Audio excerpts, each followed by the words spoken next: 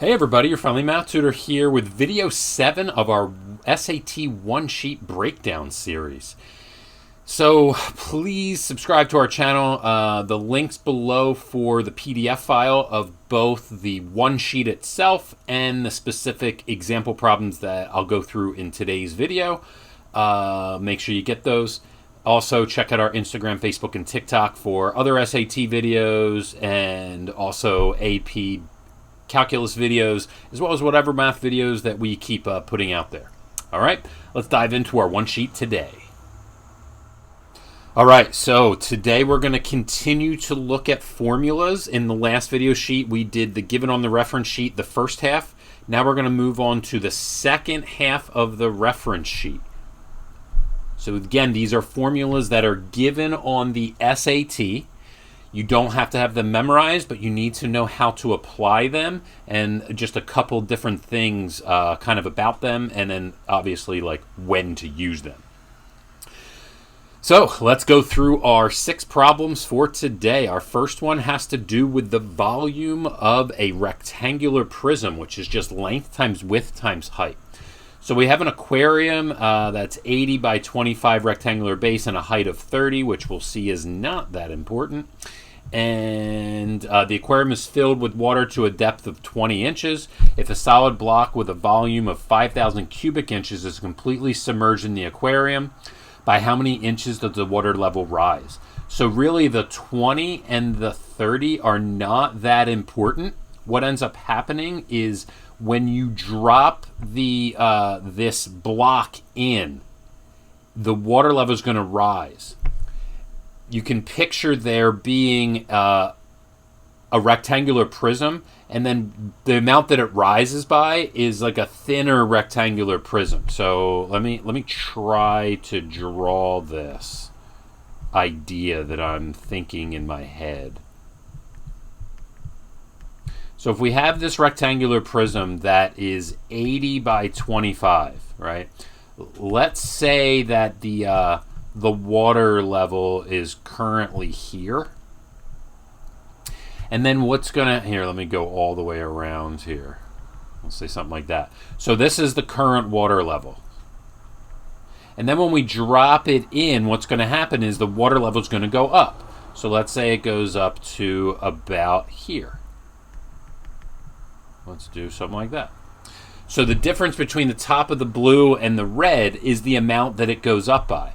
Well, that itself is a rectangular prism. It's a rectangular prism that's 80 by 25 by some h. So some little height. So we could figure this out by finding like the bigger rectangular prism and subtracting the smaller one, but this is much easier if we just visualize the change as its own rectangular prism. And we know that the volume of that has to equal the volume of the block. So we know that 5,000 has to equal length times width times the height of this change. So h is really the change. And that's what we're answering. How many inches does the water level rise? So this h is the answer to our problem. So we could do 80 times 25, which is 2,000. So we get 5,000 equals 2,000 h. And then we'll just divide each side by 2,000. Well, the zeros are gone, so we really could just divide by 2. So h is really 5 over 2. We could put that in, or we could do 2.5, whatever one you like best. I'm going to put it in as 5 over 2. That would be then this fraction bar. Or again, you could put 2.5. All right? So that's how we can use the volume of a rectangular prism formula in an SAT problem. Let's head back here and take a look at the volume of a cylinder. So the volume of a cylinder is pi r squared, which is the area of the circle, times the height. The base of a cylinder has a circumference of 5 pi. The height of the cylinder is 4. What is the volume of the cylinder? So this means that the circumference, which is one of the formulas from our last video, is equal to 2 pi r. So it says 5 pi is equal to 2 pi r. So we're going to do this to get the radius. So pi's cancel. 5 divided by 2 is, we're going to say, is 2.5. So that is the radius. So now we are going to find the volume of the cylinder. So the volume of the cylinder is pi times, let's say this is non-calculator, so instead of 2.5, I'm going to write it as 5 over 2, and we'll do that squared, times the height, which is 4. So then what I'm going to do is think of this as pi times, this is 25 over 4. Well, that works out nicely because then I'm multiplying by 4. So the 4's cancel, and I'm just left with 25 pi as the volume of a cylinder. All right, so we needed the circumference formula there from the other part of the reference sheet, as well as this formula, the volume of a cylinder.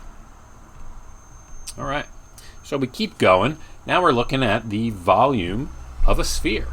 And what this says down here is this part is not on the reference sheet. It's just to remember to divide by 2 for hemispheres.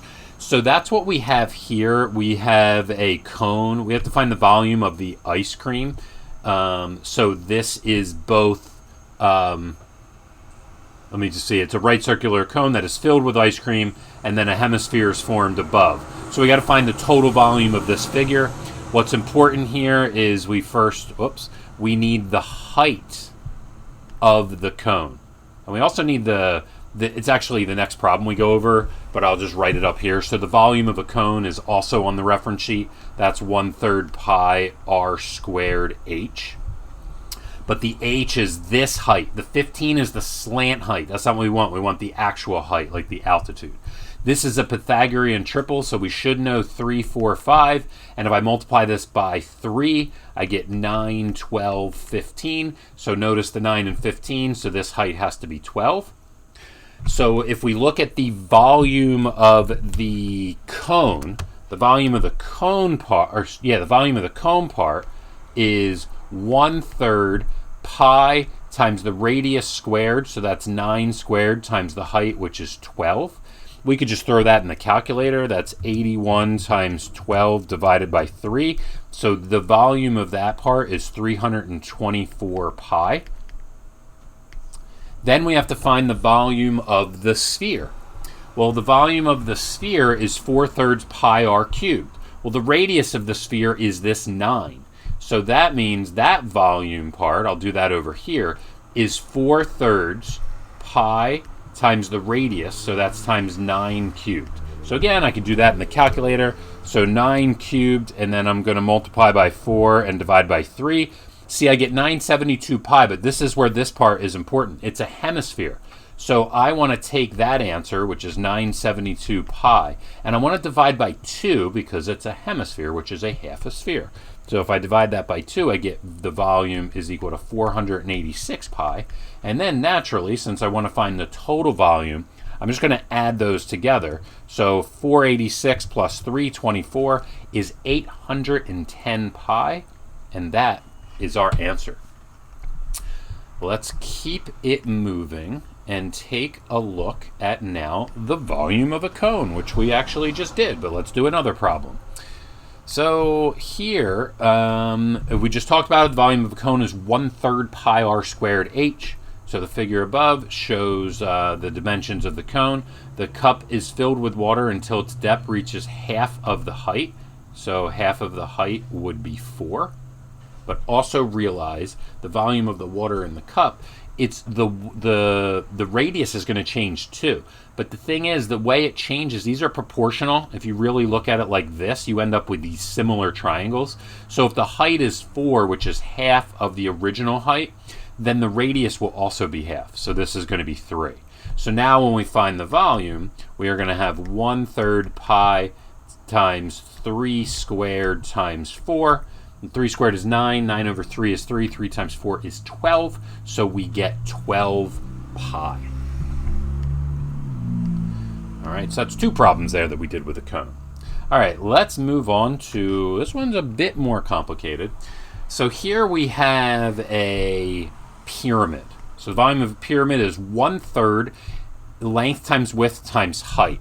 So this is a rectangular pyramid, but here they're going to be talking about a square pyramid. So if it's a square pyramid, that means this side is 36 and this side's also 36. And then they're talking about this frustum. So a frustum is just where the top part is cut off. And it says the top third is cut off. So let's start by finding the volume of the entire pyramid. And also, this one, they do not give us the height. This is the height. So here's another Pythagorean triple. So think about a 3, 4, 5. If you multiply that by 6, you're going to get 18, 24, and 30. So that means the height is 24. So if I want to find the volume, it's 1/3. Length is 36. It's a square, so the width is also 36. And the height is 24. So if we throw all that in the calculator, 1/3 times 36 times 24, we get 10,368. That's the volume of the entire part. Now what happens is we cut off the top third of it. So the top third of it, so here I'm going to separately find the volume of the top third of it. So let's say it's like this part is the top third. So that's going to be 1/3. And what's going to happen is everything is going to be 1/3, because it's kind of the similar as what we were doing before. Is we end up with these, like, you're going to see this like this triangle here is similar to this one. So if we're cutting the height down by 1/3, then that means our height, instead of being 24, is going to be 8. And then the radius would be 1/3 of this. So radius, or we can just think of this the other length of the triangle, which is 18. That 18 is going to be a 6, which means going all the way across is going to be 12. That's really just 1/3 of this anyway. So everything is 1/3. So this is 12 and this is 12. So this represents the volume of the top pyramid that we're cutting off. So that is 12 times 12 times 8, and then you divide that by 3. That represents 384. So to find the volume of the frustum, we are going to take the pyramid and subtract the part that we cut off. So the volume ends up being 9,984 for the area, or sorry, the volume of the frustum. All right, let's move on to our last example. So this is a thing that they throw in at the bottom of the reference sheet. I'm going to kind of go over it all in one problem.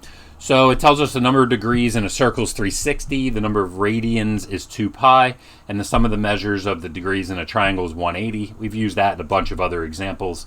So that's why this one I chose to go over radians. So if 2 pi is equal to 360, that's basically what these first two sentences are saying, then the key that we need to know is that pi is just equal to 180. All right. So a couple different ways to do this. You could just throw 180 in place of each of these pi's and see which one equals 225. But let's say that this is a non-calculator question. What we really want to do is we want to take 225, and if pi is equal to 180, you can think of it as like a conversion factor. That's what I'm trying to think of. So it's like, you know, there's 12 inches in 1 foot. You would put 12 inches over 1 foot. Here there's pi radians at 180 degrees. So I want the degrees to cancel with these degrees. Let's pretend that has a degree symbol.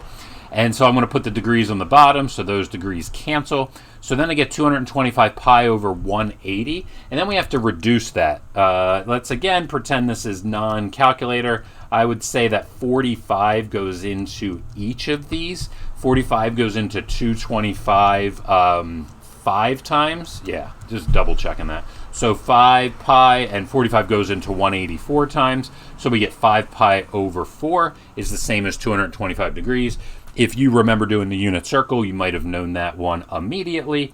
But for those of us that don't remember that, the key takeaway here is that any kind of radian problem, pi and 180 are the same. So just think of them as kind of interchangeable. And you can figure it out from this part of the reference sheet, so you don't need to have it memorized. All right. So that is the end of the part of our reference sheet. If we take a look back, so the last video we went over the first 6, then we went over these 5, and then this little kind of this little piece of information that they give us down here. So we should again, the the formulas are here given to us, so we don't have to memorize them, but we have to know how to use them. We have to know when to use, when we have a prism, when we have a cylinder. When we have a sphere, a lot of times they do hemispheres, so we got to remember to divide by 2. When we have a cone, we got to know that the height is the up and down vertical height, not the slant height. A lot of times they will give us the slant height just to force us to do the Pythagorean theorem. Look for Pythagorean triples in those. And then every once in a while, you'll have a volume of a pyramid problem. And again, this bottom part, really what's important is that pi is 180 degrees. That'll be pretty key to any kind of radian problem. All right, so that concludes video number 7 on our formulas on the reference sheet. So hope that was helpful. Check out the other videos in the series, as well as our Instagram, TikTok, and Facebook with other SAT and AP Calc videos, and whatever other videos that we decide to put out. We're just going to keep pumping out math videos over here. And again, hope that was helpful.